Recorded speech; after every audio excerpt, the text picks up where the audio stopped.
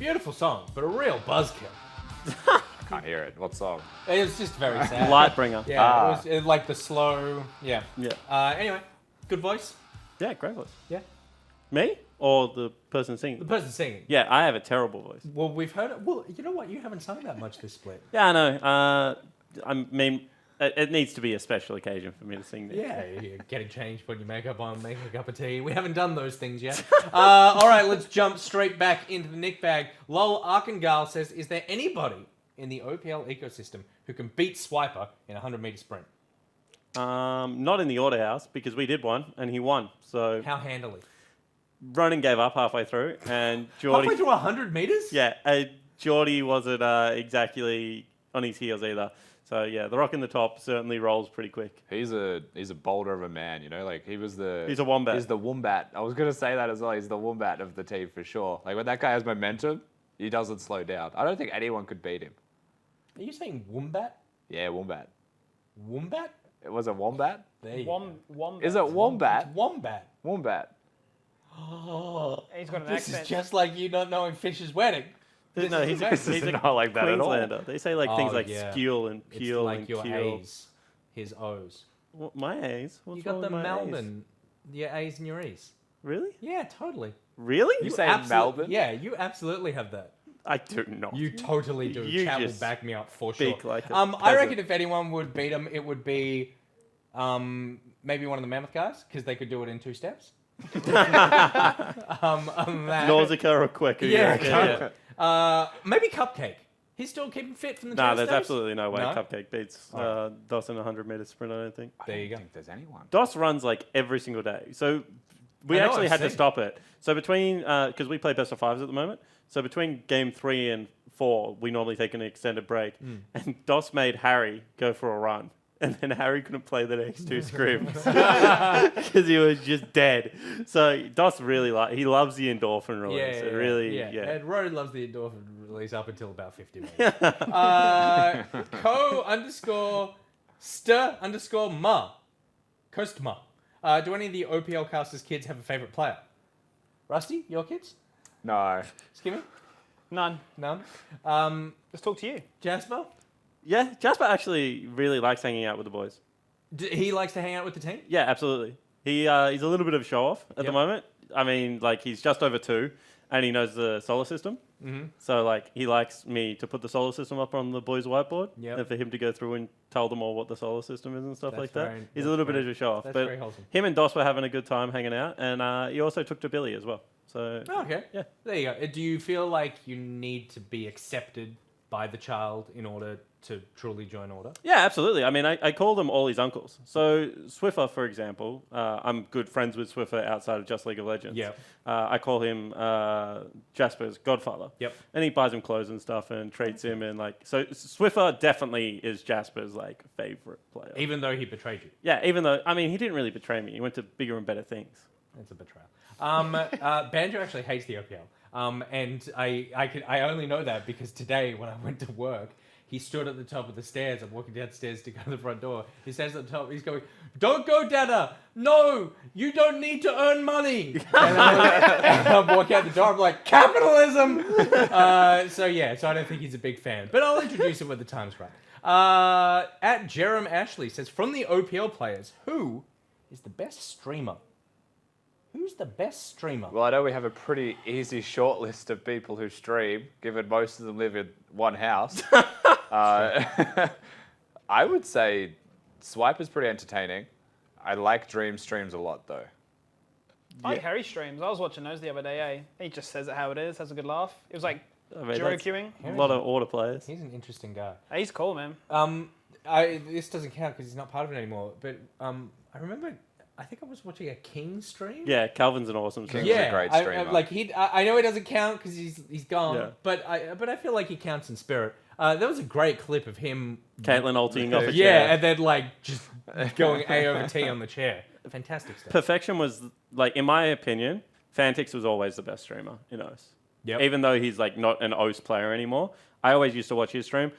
Claire, when he streams, also is a pretty good streamer as well. Then King. So there are a couple of them around. It's about what you like in a stream as well, right? Like some people don't like music as a background in Yeah. streams Yeah. because they want to listen to their own. So suddenly your tastes vary wildly. And if you want a new up-and-coming player as well, why not Be Friends? Is a really good Kiana player that streams a lot as well. There you go. Good shout out. He was in the Clash team. Emerald says, "Hello, Nick Boy, friends of Nick, and non-bots in the chat. Which Pokemon out of all generations is the best, and why is it Mimikyu? Mimikyu. Mimikyu? What's that? I don't It's know. like isn't the fake Pikachu? gonna It's look like the it up ghost right type Look it Pikachu, up. I believe. Oh right, okay.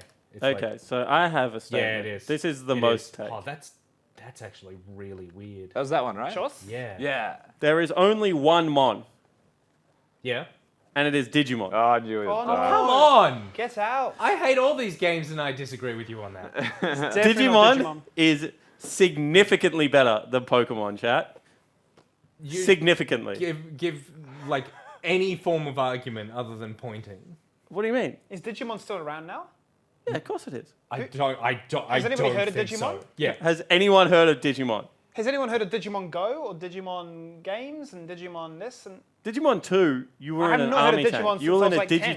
Digitank, and you used to give toys to Digimon to catch them. I rated- Digimon 1, you used to have to take your Digimon I to the rated- bathroom, otherwise they would turn into a Sukamon. No, no, The no, Digimon games are just significantly better no, than the no. Pokemon game. I found more enjoyment out of Tamagotchi than Digimon. Okay, but that was good. Tamagotchi was. What that are was you on there. talking about? Digimon- Now you're just it just changing the sucks. complete premise of the argument. No, You because asked for the games. I'm now you're talking saying about there's like a Tamagotchi. tier list, and have you Digimon's ever like F played? tier. Have you ever played any of the Digimon games? No, because I looked at it and So went. that I is. went. Lol. Oh my! I have to cast with this imbecile in like 10 minutes. You're gonna just use Digimon references all game. The correct answer is Temtem, which just came out. But the real correct answer is Viva Pinata, and you all know it. No, I have No no, one idea knows what it? Viva. No. Pinata Chat knows is. it. Viva la Viva Pinata. All right. I think we probably wrap up the Nick bag there on the argument that nearly broke the casting team. Let's get into the lineup for game number 3. It is Direwolves versus Pentanet. Let's take a look at who the Direwolves bring today, because Could be anyone. It could be anyone. And are there 5 pictures? Yes, there are. Skimmy, talk us through it. Yeah, so Chippy's fantastic performance by him yesterday, staying strong in the top lane. We're going to see Mir coming in today as the jungle replacement. Shock, great performance by him once again in mid lane. The one that excites me the most is Vital, 17-year-old Korean prodigy, incredibly strong from what I've heard, so I'm really excited to see him. And then Decoy switching back to his current role as a support. Did Vital change names? Because I swear he had the word bow in his name. It was like Longbow I think or something. Yeah, I think he did. Yeah. So are we going by Vital now? Yeah. Okay, cool. And this is the full power Direwolves for everyone at home as well. Yesterday was not that. This is the intended roster. This is the 5v5 team that you expect to see from them. And so whatever we see now, we hope to see very good things. This is the Direwolves coaching plan in action. They, of course, are going up against Pentanet. Let's take a look at who they are. And as we were speaking about yesterday, you know, a team with a lot of potential, Rusty.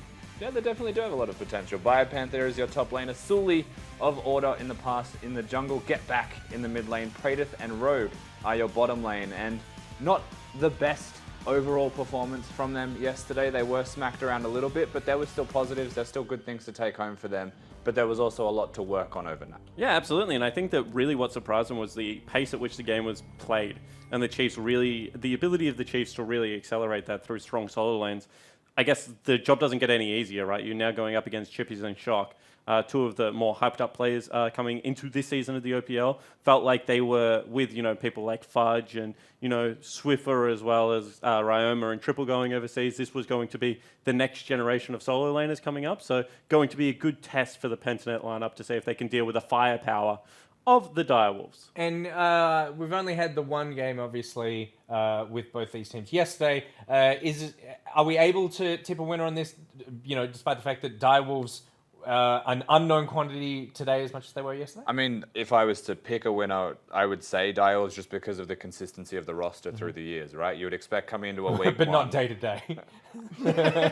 I mean, it's the Avant Gaming lineup from last year with a new bottom lane. Yeah. It's pretty much what it is, right? So you would think that this team should be comfortable playing the split push style that Chippies is always going to demand of his team, more so than anyone else. Coming up against someone like Pentanet, who I had high hopes for, but ultimately didn't perform well on stage yesterday. Do you still feel a little bit of ownership over this team? Not ownership, but I do feel like an association. Like I went and watched the game with Mir yesterday while he was watching his team play. Had a good chat with them. Maybe a kinship. Yeah, absolutely. All right. I just want to point out that the Viva Pinata love was unbelievable. What about the Digimon love?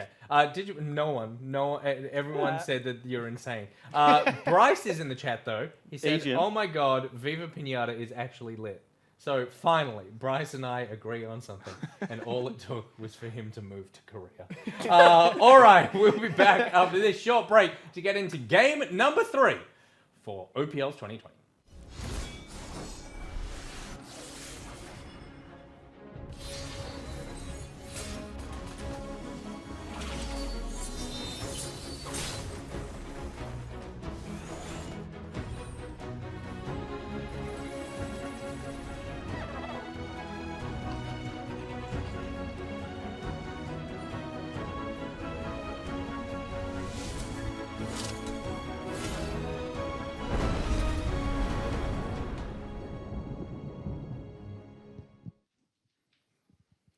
Cracking on in. Direwolves up against the likes of Pentanet GG, Pentagon, Penalist, Penalette, all different variations that you and I have been hearing over the few days. But I think really for me, the big sort of talking point, obviously given that we haven't seen Direwolves in their full fledgling, force, if you will, all eyes for me have to be on Vital. He's been touted as this great rookie coming in only 17 years old from Korea, whether or not he has the composure to play at this level. Yeah, certainly yet to be seen, right? And I think that when you have a look at the Direwolves lineup, their bottom lane doesn't have that much of a hard job. They do really win through their side lanes and the collapse that Chippies and Shock are able to bring. They both have very unique champion pools when you compare them to other members in the OPL. So I think that Vital should be able to come and play a fairly standard game. He is going up against, however, one of the more dangerous bottom lanes in the OPL. Predators coming across from the Legacy lineup, and of course Rogue, formerly FBI's partner in crime. From the Bombers lineup and before that Order. So I think that, this is going to be a good litmus test for the young man from the Direwolves. Certainly is a warm welcome to the OPL.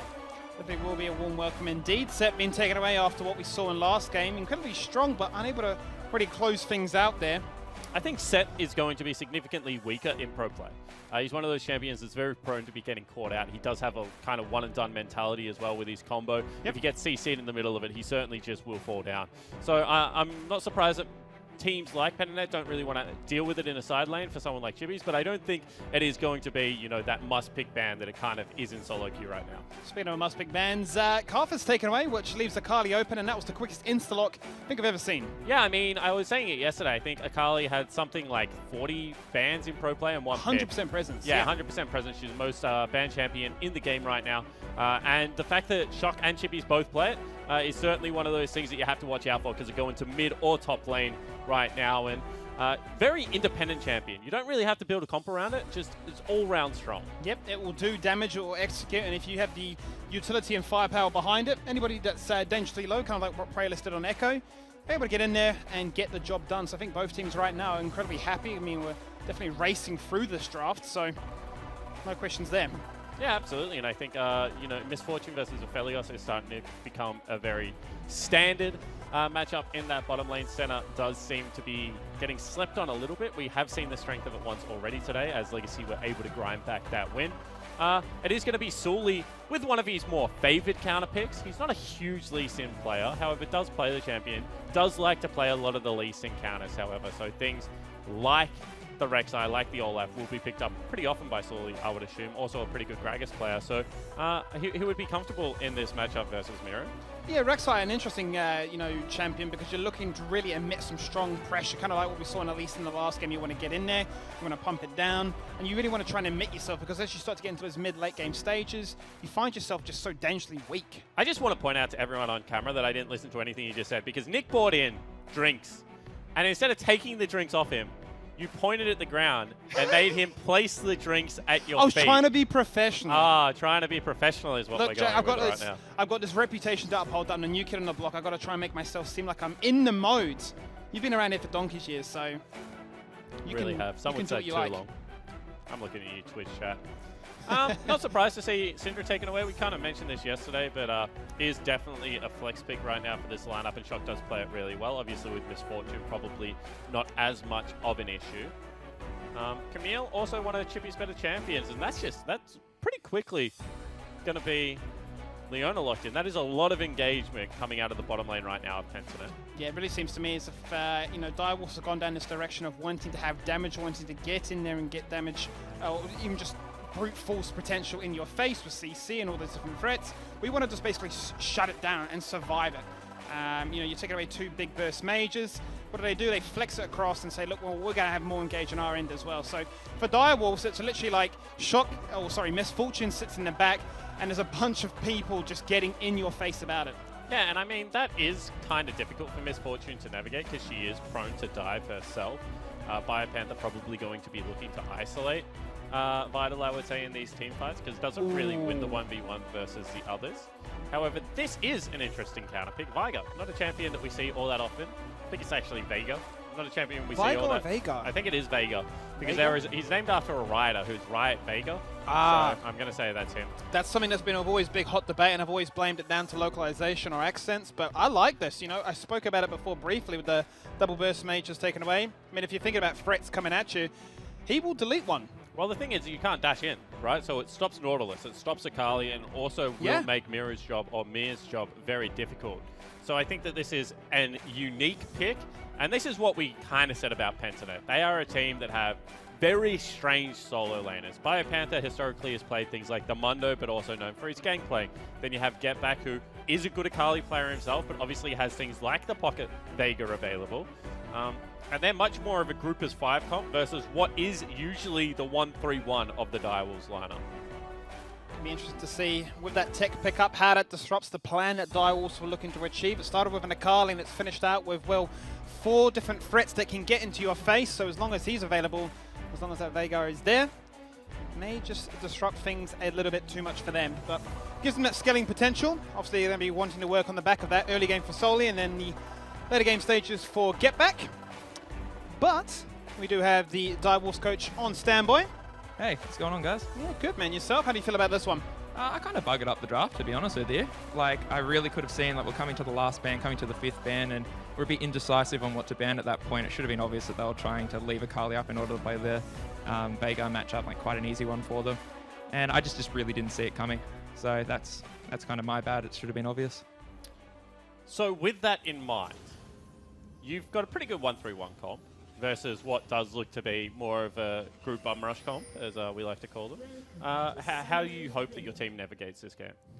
Yeah, so yeah, you're correct. And I think the team fighting meta is kind of the meta right now. And what we're kind of betting on is we've got Miru, who's just an amazing lead scene, as a lot of people know. Get everyone rolling early in the game. Hopefully he can get a kill on Chippies particularly. And then that matchup definitely becomes a bit of a steamroll. Just let him sit in the side and be like, cool, you have this team fighting comp. You're going to have to find these.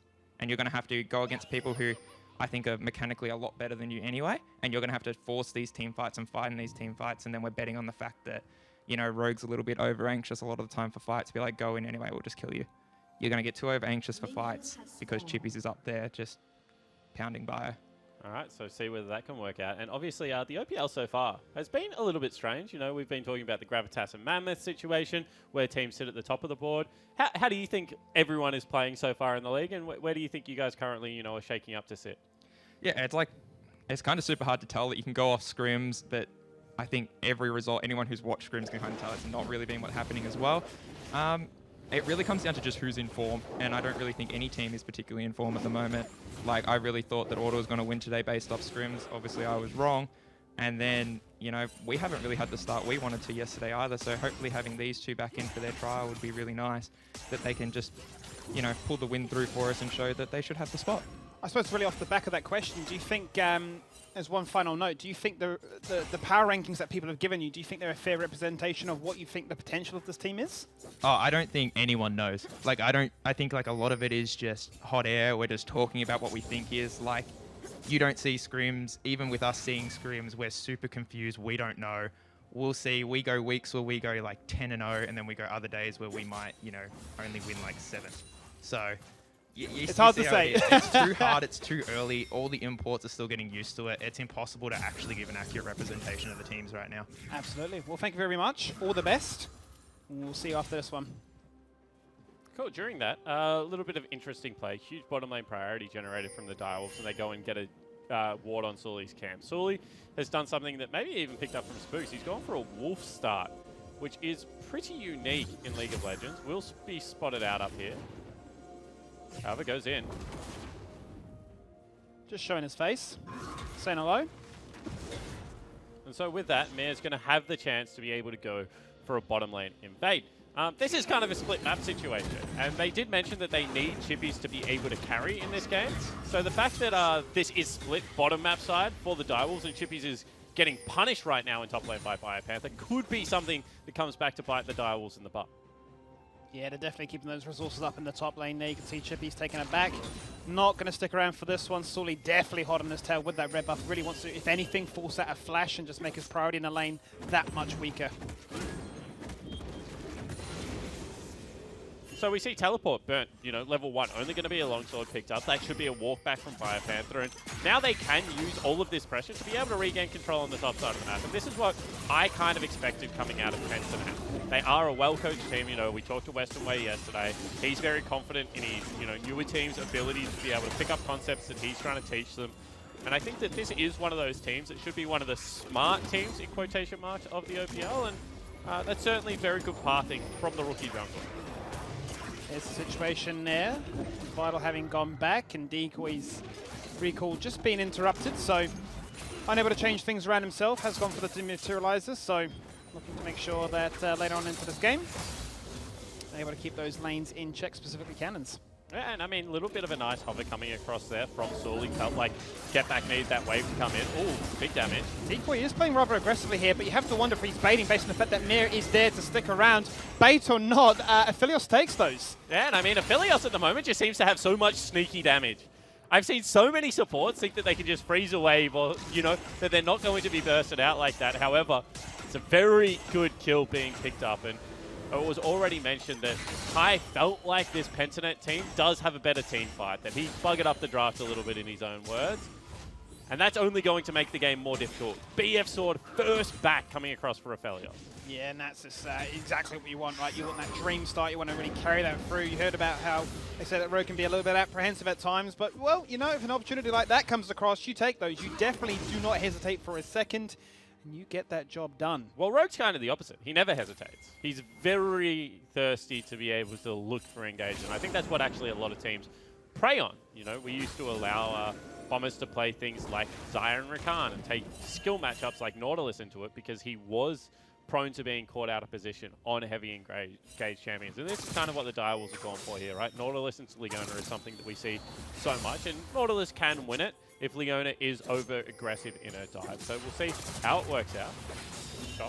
Not just out on a lot of the skills there. No, definitely keeping up with that CS, which is fantastic. Having a nice little lead. It's whether or not Veigar can do the job to pick this up under the tower as well. But I think really mainly my eyes are focused on Sully and actually how much pressure he can emit, because he is significantly further behind what Mir has achieved on Lee Sin so far. Yeah, and that's interesting, right? Because Sully is on the counter matchup. However, the early pathing that he went for meant that he got 3 buff, and then he didn't expect his bottom side jungle to be taken whilst Decoy was actually dead.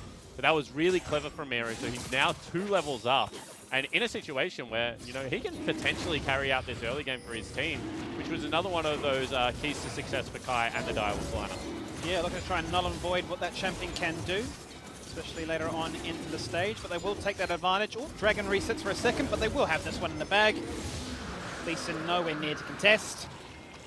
You don't really care if it's a Fire Dragon in the early game because it's only a little bit of additional percentage stats, and obviously no one really has all of that much picked up right now.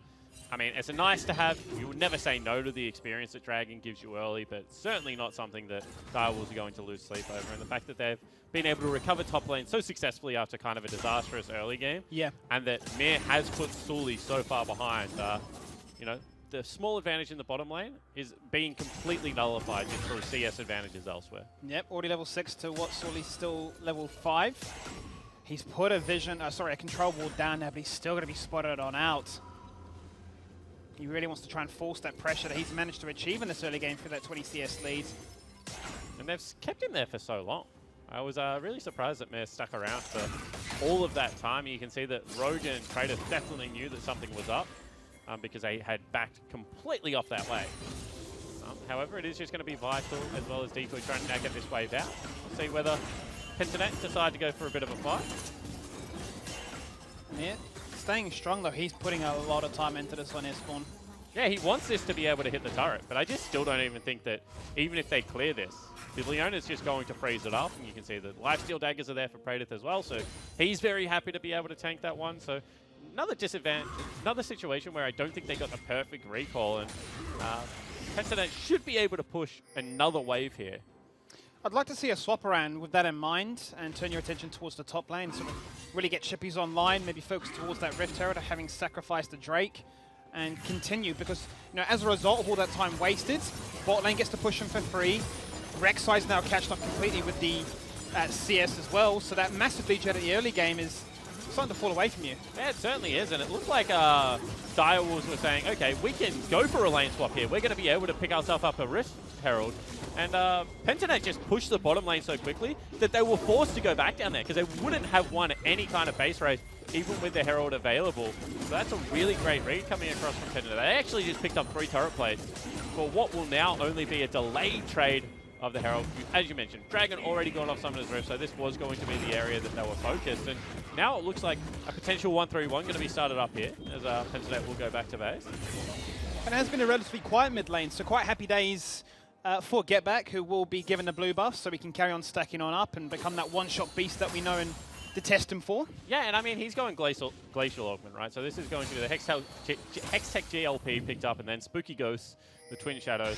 So he's just going to have so much control in all of these fights. He's going to have such a huge area of influence with the Event Horizon, of course, that big legacy snare that's stun that still exists in the game, as well as the GLP and Spooky Ghost slows. So he's really a pain to play against Vega, just because of the amount of, I guess, threat area he has for someone like a Vital or someone like a Mir.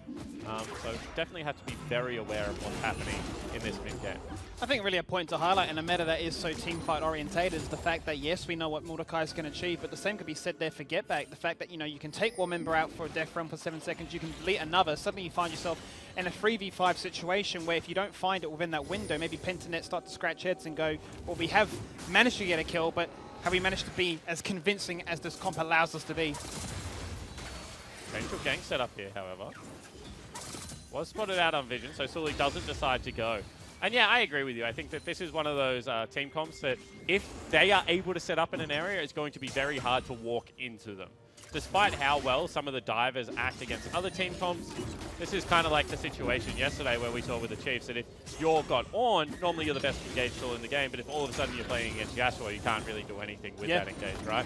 And kind of similarly here, you would expect Chippies to look for massive flanks, but if he gets spotted out by the Twin Shadows of Get Back, then he's going to be in a situation where it's very easy to turn the fight on him. So I think that this is where the Direwolves have to be the smarter team. They have to be able to get their side lanes pushed out, create numbers of mismatches for themselves, and be able to take over the control of this game through vision and, just superior team play. Yeah, I think it makes you start to really bank on that mental capacity, for lack of a better term, right? Where you really have to make sure that every decision you're making is that right one. You might usually play in a certain manner, you might usually come in from a certain angle, but suddenly you're now up against multiple different threats, different combinations, and what would have been a clear-cut engage if we get in your face and we kill someone now has a few more nuances to it. And you can see that Penta really know that that's the case, because they are always the first team to swap. They're always trying to get a situation, ahead of time, set up better vision, and look for teams to face check.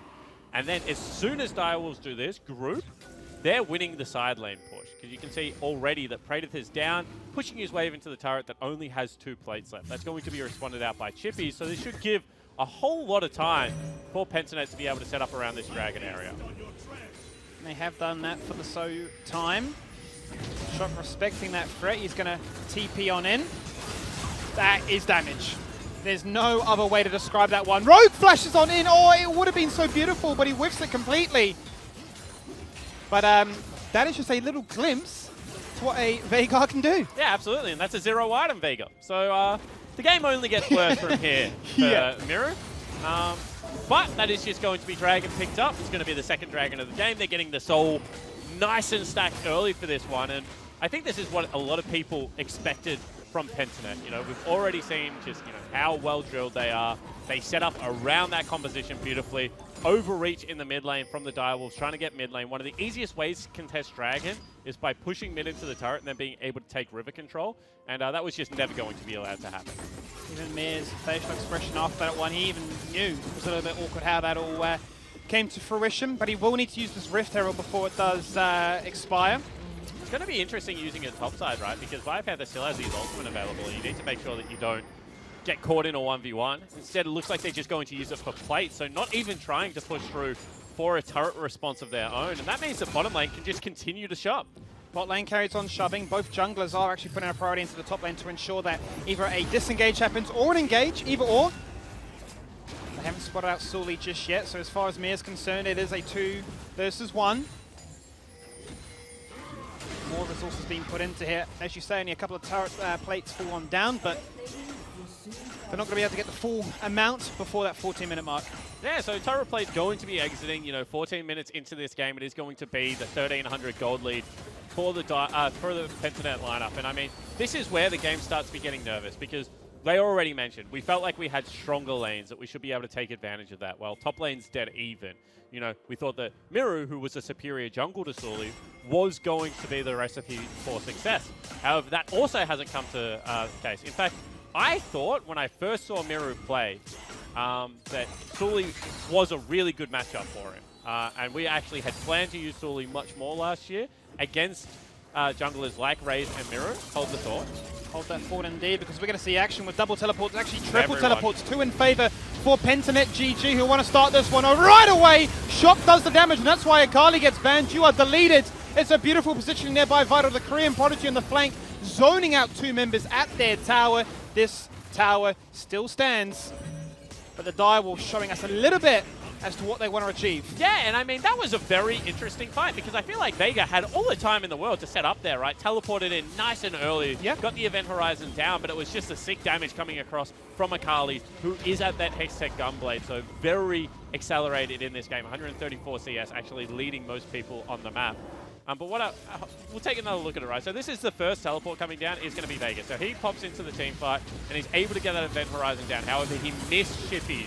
That's all it was. And then Panther trying to take Shock into the death realm to just save his teammate's life. Instead of going for a kill, maybe, looks for the most aggressive member on the other team to kind of be a nullifying force, which is certainly one of the ways that you can play a Mordekaiser. But if you build up no magic resistance, maybe probably the wrong choice to be able to take it to the death realm there. So I think just a little bit of a sloppy fight from Pentanet. However, they do get back onto map first, given the top lane turret was broken, and they're going to grab themselves the Rift Herald.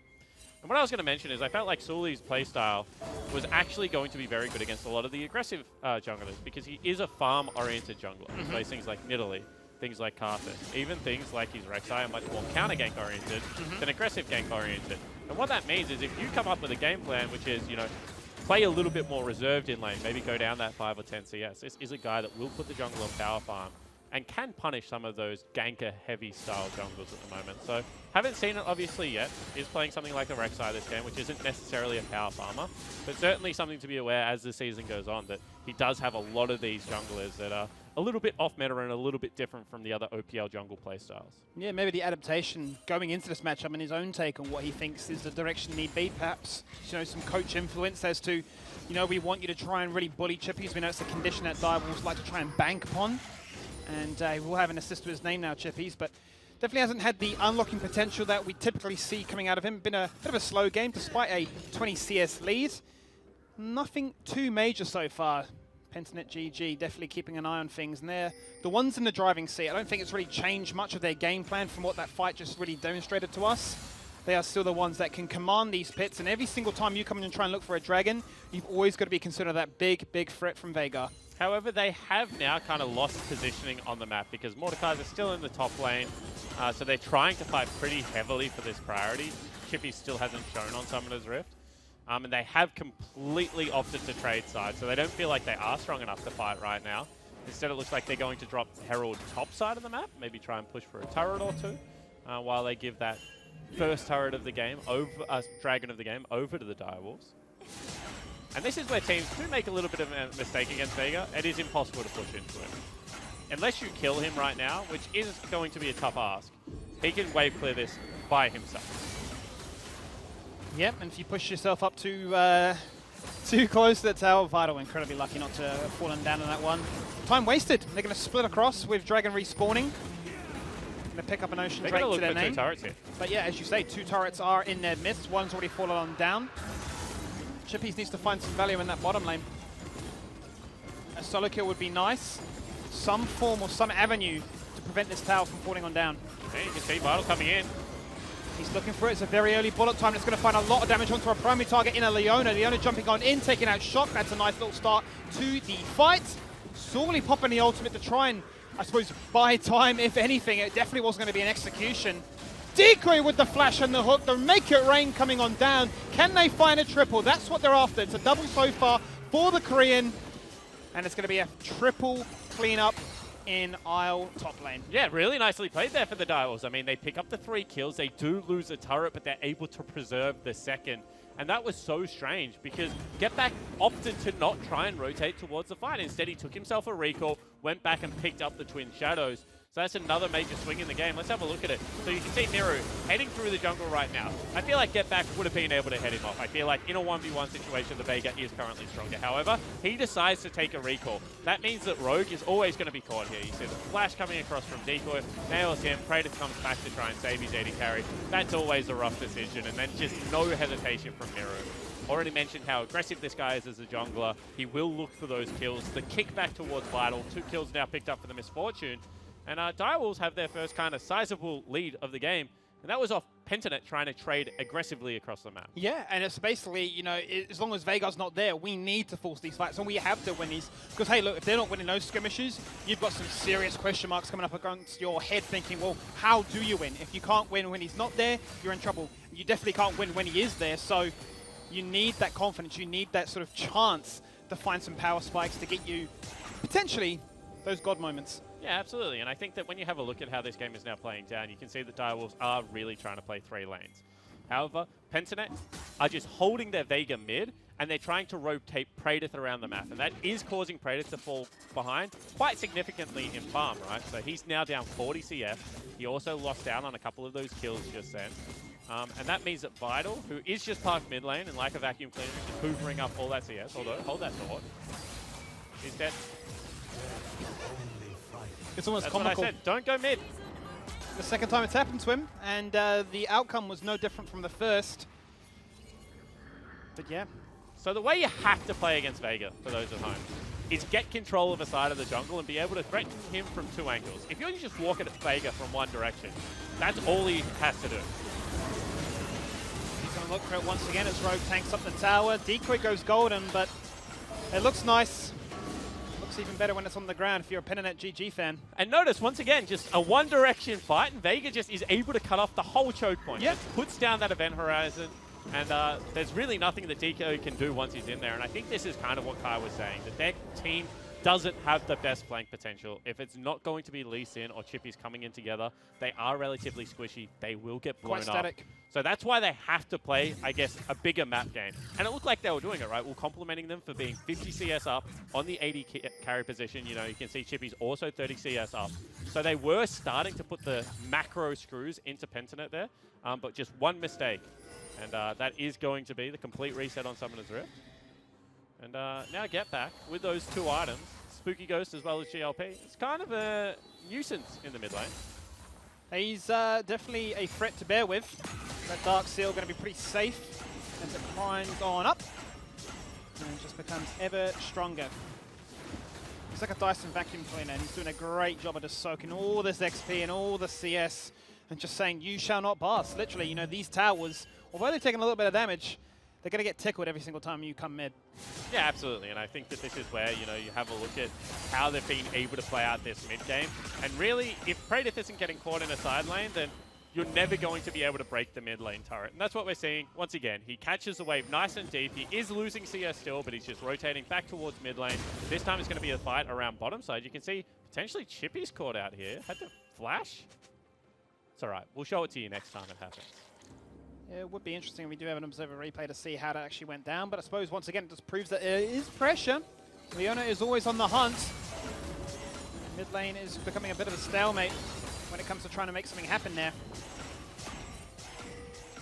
but it does always mean you have the initial, I suppose, presence and control and pressure of all things to say, well, we dictate who goes for the Dragon, who goes for the Baron first, because if you try and get adventurous and try and get some vision down, you're going to have a bad time. Yeah, absolutely. And I mean, they had to do this one on spawn because you can see the top lane is actually pushing against Pentanet. So the longer they stay here, the more farm and CS they lose. Once again, it's now like 60 CS that Vital is ahead. So onto items is certainly becoming a genuine threat if there ever is a team fight that he can get access to.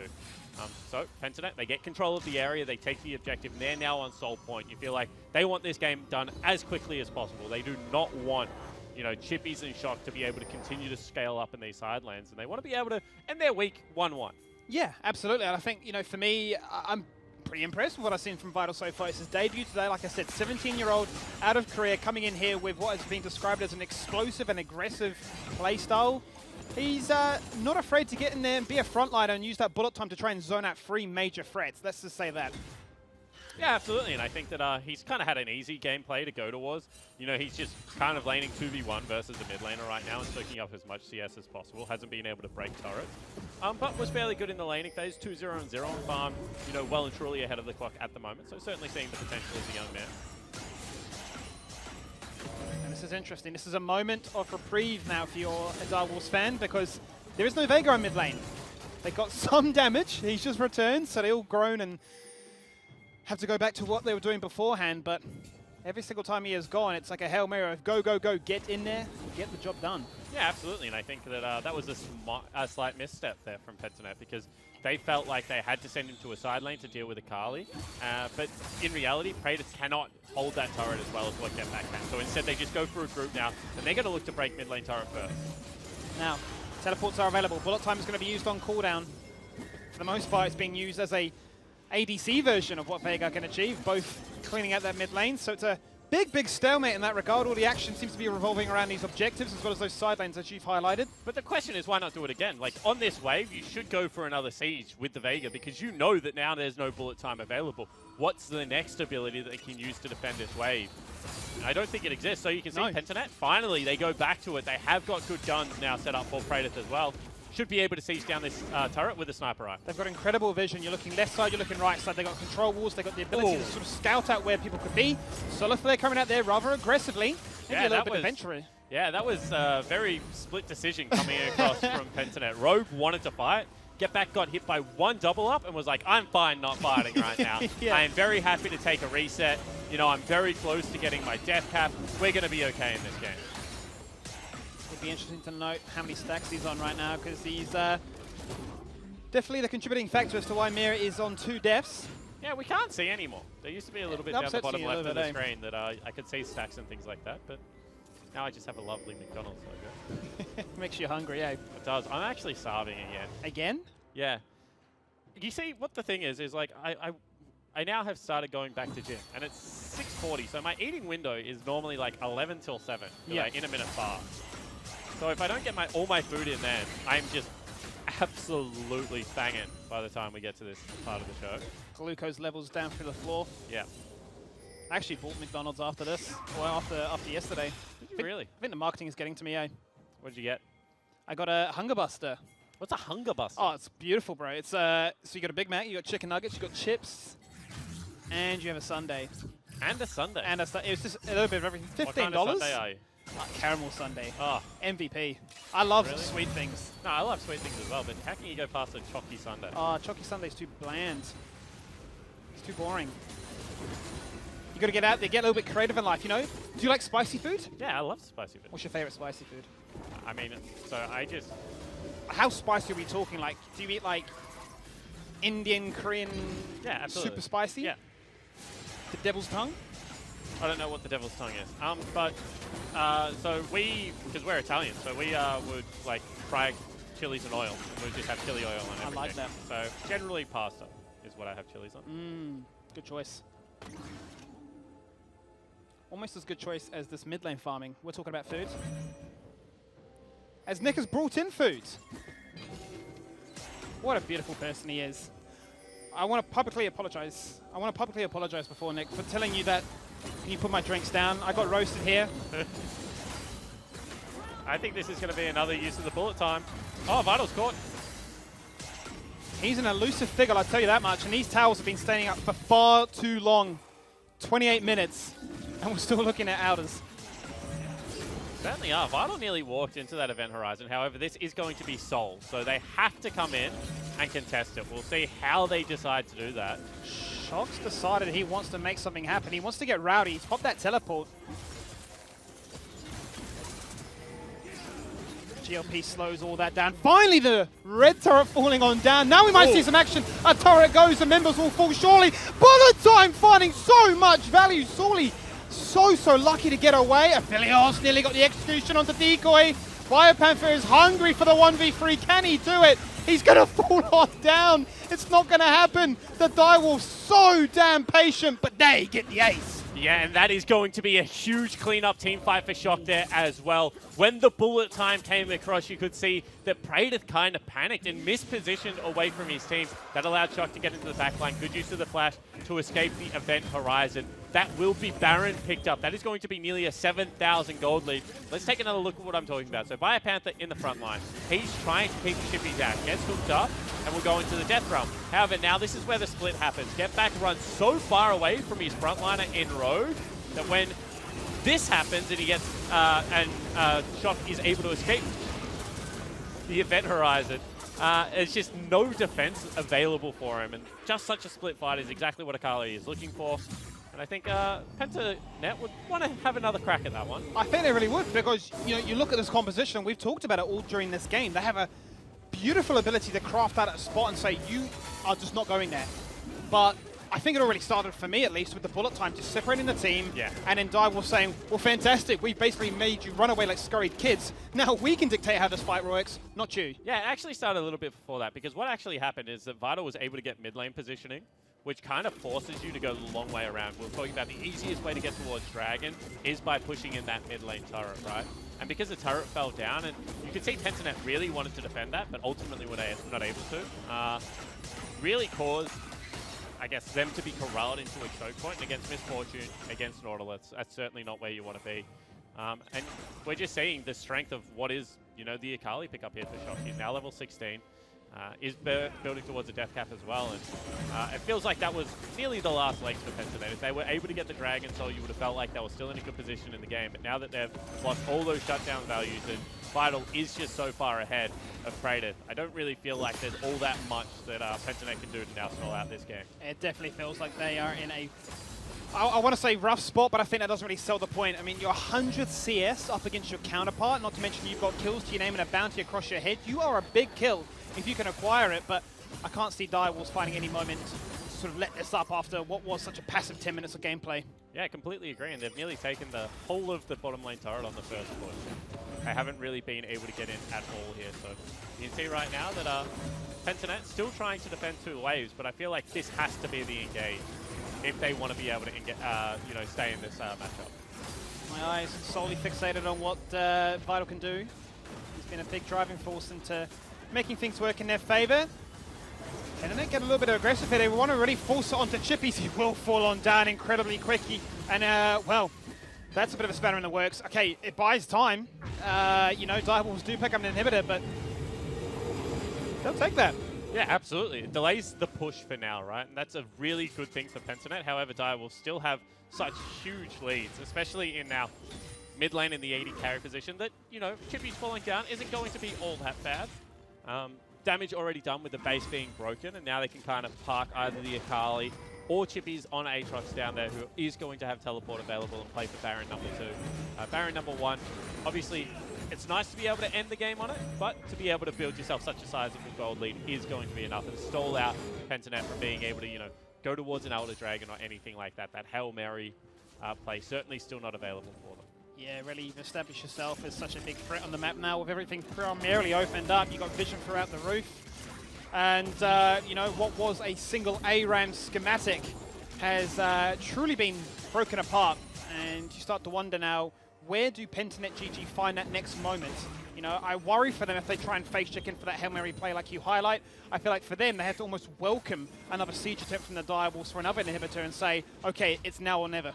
Yeah, I agree with you, right? I think unless they can find a pick in their jungle through something like the Spooky Ghost coming out from Get Back, that they have to really think about how Direwolves are going to march down a lane, and whether they can get a flank off someone like Sully or Biopanther, or if they can just, you know, trap a couple of people in the event horizon. But I guess for me, the worry is that, you know, as we keep mentioning, Praetor so far behind. Vital, with the cleanse and the flash still available, hasn't really been pressured at all in this game. Now picks himself up that BF Bloodthirster as well, so he's going to have the overheal shield.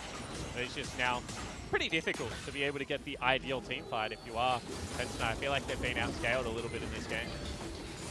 And what could be a 3v5 situation with the one shot from Veigar and the Death Realm Denial, you start to question, well, do we have enough damage to actually find those extra picks so that when people do come out of that, we are still in a comfortable spot? That is to be seen as the ARAM in mid lane once again takes place. Yeah, and that's what they were talking about, you know, picking on Rogue's aggressive tendencies. Rogue was so far ahead of his team there. Good looks for it again. He's aggressive, you say the name, and the damage comes out. Boys, there are a lot. That's the bullet time to start things off with. Aatrox with the root. It doesn't matter if you've got a Gargle Stoneplate or not, because you will die. Tanky, tanky, tanky. Deleted as he falls on down. There's stopwatches, multiple of them at this stage, and there's just burst. There is so much burst. Double kill for the Veigar. He's finding what he needs. There's only 2 members that survive for the Direwolves. They're resurrecting with GAs, but this might be the turning point that they have been so patient for after losing so much. Yeah, absolutely. And how did they win that team fight? That looked like it was perfect for the Direwolves. They withstood the engage from Rogue. They got, once again, a huge bullet time. But Biopanther won the 1v1 versus Vital in the Death Realm. No flash use, no cleanse use. Vital just fell down. That means that Soul is now going to be picked up for Banter, and they're back in the driving seat. That's insane. Really, really is insane. I think for me, Rogue bought so much time to start this engage off. Yeah, I mean, having a look at it, he catches 2 members and it looks like a great engage. However, the bullet time is completely unstoppable. And you can see the Rogue goes very low in the early stages of this fight. But this is where it changes to me. Look at Biopanther. He's just outright winning the 1v1. And then a really great event horizon onto Shocker as well. And the damage is just incredibly high. Even though Praetor as well as Get Back were behind their you know, outright opponents, with Vital not in this team fight, you know, thanks to Biopanther, they really were able to just be untouched on the backline and get all of their damage out. And they were just cycling cooldowns. I mean, they were just outputting immense amounts of damage and saying, well, you know, you're going to give us this opportunity, those long-term team fights with Vital already gone, we will win. Direwolves coming back into this one, regardless of the Soul, say, well, we did feel like we're in the driving seat, we still are 4K ahead of you. Baron might be the play, but I think that is a rightful decision to say, no, let's not throw any more than what we just saw. And it's always hard to know how far ahead you are in gold, right? Because they would have felt like they really lost that last team fight pretty decisively. So gold stops becoming a factor at that stage. And you can see that they are very aware that, oh, Event Horizon will end. I was going to say they're very aware that bottom lane is still a super creep. And even though Inhibitor going to respawn, you don't want it to fall down just to creeps immediately. So they want to be able to get Biopanther back to that base. Yeah, they're just doing the mid lane dance right now as they wait for the PvE objectives, obviously, to push for themselves. Once they spot out somebody going to the bottom lane, you can imagine it's instantly going to be a collapse onto this Baron. Teleport is available for Biopanther, bear in mind. Yeah, it certainly is. And starting up Baron, once again, is a little bit of a threat. You're really playing into the compositional hand of what Pentanet want. They have themselves a Veigar. Praetor's is going to be able to do a lot of damage. Baron is very low. The fight will have to be now. Baron is getting absolutely shredded. Rogue starts it off. It's not going to stun anybody, bear in mind. Down to 2K. Are we looking for a smite wall? It's going to be them who actually take it. The bullet time of all things that connects with it. It's already a 1-0 trade in favor of the Direwolves. Or stuck in the Event Horizon. That is zoning out so many members. And it's not even Christmas time. There's 2 all in favor of Pentanet GG. They want more, they'll find more. Shutdowns, double kills for both. How did somebody so far behind as in Praetor just get himself back into this? Yeah, I mean, that's just an amazing fight again from Pentanet, because you can see that Sully went into the pit. They had to fight 4v5, but they just were able to corral members once again into the choke point of the Baron, even with Shock on the flank, even with Sully dead before the fight starts. Pentanet pick it up, and they might have just won the game. It's looking like that to me here, Spawn. We're looking at respawn timers of 15 seconds and counting. Baron or no Baron, it's not going to matter. They're working on tower number 1 and surely towards this core. Yeah, it certainly should be the case. I mean, still 10 seconds before majority are available. That's going to be it. That is going to be it. That's going to be a GG and a 37-minute affair. Pentanet GG beat the Direwolves. And finally, we're starting to see glimpses of Pentanet and why people rated them so highly in this off-season. You know, more of the cerebral team that we don't often see in the OPL. Cheeky drafts both days, and this one certainly worked a little bit better than last. Smiles all around for the boys. It's great to pick up your first win of the OPL 2020 in week number 1. And you got to say that it felt like Direwolves were in complete control of that game until they just weren't. They really weren't. No, it was all in their favor. The fights were going well. The CS was obviously in their advantage. They had the item leads, to say the absolute least. But there was that one moment we had the strategy that Pentanet were completely revolving around come to fruition. And as soon as they gripped it, they never let go. Yeah, absolutely. And all I'm saying is, where's Toby and Cupcake? You know? All I'm saying is one Direwolves lineup undefeated right now. And that's the sub lineup.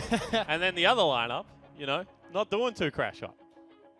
Look, big props to Viator. Look, I think for his debut at such a young, impressionable age, he put in a solid amount of work. He's going to be upset with that defeat, but they had some fantastic moments. And Pentanet GG are just lucky that they were able to get that one decisive team fight and just carry it on from there. Yeah, I mean, you know, it's also just the fact that they had such a well-crafted composition together. So I think that, you know, they really did play towards their win condition. It was very nice to see.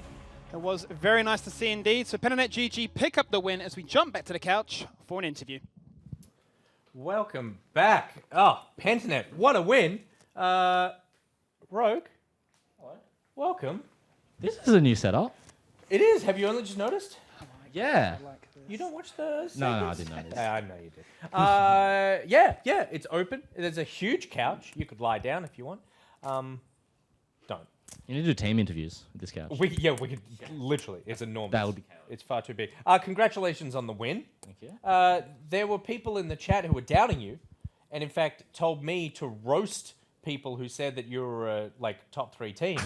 What do you have to say to those people? I think the people who care about people's power rankings and people who just honestly are not in a position to have a relevant opinion, you just who cares? Good. Honestly. Yeah. Previous years you should care and people care and it's why? People have their power rankings, they have their opinion. Who cares? Just be better. And how are you finding the new team? I love this new team. Honestly, my expectations of how good of a team it would be, they've just been blown away. We had a meeting earlier this week, and the whole team kind of all agreed that coming into this, we didn't expect that we could be a team that wins, and now kind of sat down and said, guys, what's our goal for the year? And everyone said, well, let's win it. We can do it. I think, honestly, right now, I think our team plays better than any other team in the league. And that's a big statement, but our team plays miles ahead of any other team that I've been on previously for a week 1 team. And it's probably our biggest strength. So, what's the secret? What is it with you guys? Is it being good friends? I'm not going to lie. I have to give a lot of props to our coach, Western Way. I don't think everyone's had the best opinion of him, but I don't know what happened in the EU hyperbolic time chamber. Yeah, but that guy came back and his macro knowledge is insane. Really? Yes. He's been teaching us things and teaching me personally things and making me... I've become a brain player. And so he's taught me so many things. And before you were a gut player? I was a hands fingers player. Yeah. I think most people nowadays are hands fingers players. So you see a lot of young in a whole guns. new way. Yeah, it's actually eye opening when you see games more so than just your champion. You see the whole team. That's how I see it now.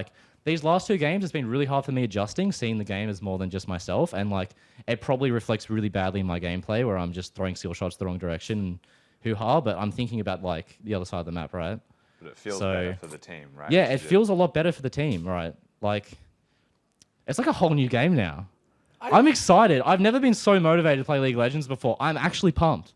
And this is all because of Western Way? I would say he has a large impact. A very large impact in this. I think it's everyone, though. I don't know. You're just feeling good about this split. I'm feeling good about this There's split. a lot of positivity. I think everyone's sleeping on us. You're a changed man. You haven't mentioned cats once while you've been sitting on this couch. No, we're a dog team. We're getting a new dog tomorrow, by the way. Oh my God. Yes, 2 dogs. What kind of dogs? They're both border collies. Our manager is I'll cover that obsessed. Oh, you can do your interview now. I'm sorry. That's such a good dog. Direwolves gave him a slugfest, though. Rusty. Yeah, it wasn't the easiest game, I would say. Direwolves, there was a lot of strong mechanical moments as well from players like Shock that made things very difficult for the side of Pentanet to deal with. But at the end of the day, they've got the Veigar. You sit in mid lane, plant your feet down, and you'll end up winning eventually because Veigar is just such a good pick into the Direwolves comp.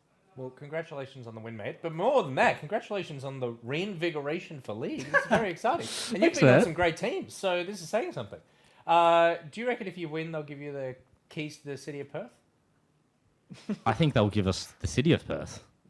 Like the whole thing. That's good. What's the real estate value of Perth? Well, it's mainly rocks underneath that are the valuable part. So, like, we've got at least. We'll just another dig it 10 up. years We'll to make dig it them like a over. hole like in the yeah. Remember that Simpsons movie? How they made the big hole? That's going to be Perth. That's going to be Perth? When I'm done mining it. Oh my god, okay, cool. Well, maybe reconsider those keys to the city. We'll be back after this short break. Finding so much value. Sully so lucky to get away. Aphelios nearly got the execution onto decoy. Biopanther is hungry for the 1v3. Can he do it? He's going to fall on down. It's not going to happen. The Direwolf's so damn patient, but they get the ace. Aatrox with the root. It doesn't matter if you've got a Gargle Stoneplate or not, because you will die. Tanky, deleted as he falls on down. There's stopwatches, multiple of them at this stage, and Ashe's burst. There is so much burst. Double kill for the Veigar. This might be the turning point that they have been so patient for after losing so much. Down to 2k. Are we looking for a smite wall? It's going to be them who actually take it. The bullet time of all things that connects with it. It's already a 1-0 trade in favor of the Direwolves. The Stuck event in Event horizon. Horizon. That is zoning out so many members, and it's not even Christmas time. There's two. All in favor of Petanet GG. They want more, they'll find more. Shutdowns, double kills for both. That's going to be it. That is going to be it. That's going to be a GG in a 37-minute affair. Petanet GG beat the Direwolves. Imagine if you took Coca-Cola No Sugar and full-on froze it. Well, now you don't have to. Head down to Macca's and try the new frozen Coke No Sugar for just $1. Exclusive to Macca's.